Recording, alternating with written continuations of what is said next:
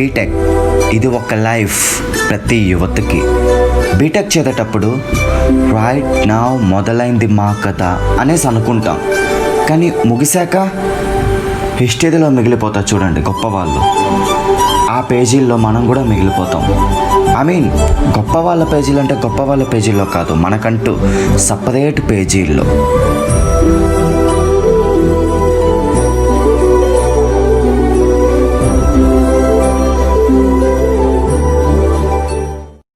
ఒకప్పుడు బీటెక్ చదివితే చాలు వాడు తోపు, వాడు జాబ్ కొట్టేసినట్టే అనుకుంటారు.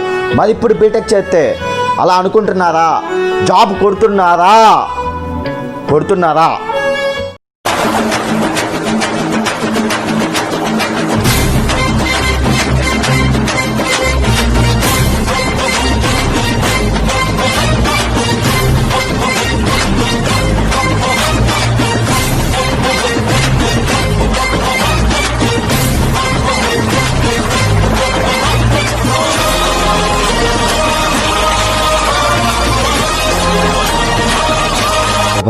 బాబాయ్ ఏడవద్దు బాబాయ్.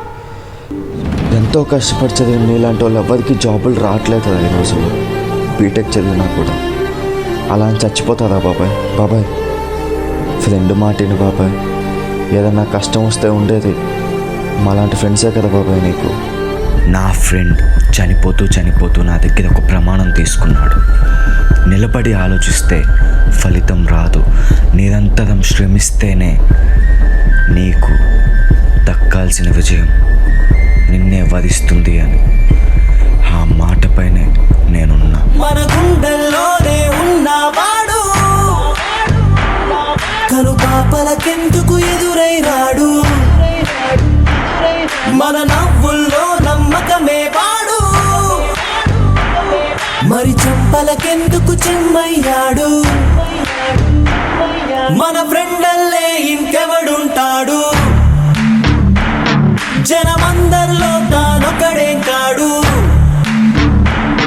మన గుండెల్లోనే ఉన్నవాడు. హ్యాపీ డే సినిమా చూసిన ప్రతి ఒక్కళ్ళు బీటెక్ లైఫ్ని ఎంజాయ్ చేయాలని చూస్తారు, కానీ రియాలిటీలోకి వస్తే ఆ ఎంజాయ్మెంట్ పోగా మిగిలేది రోడ్డు మాత్రమే. కానీ ఒక మంచిని మాత్రం బీటెక్ మనకిస్తుంది.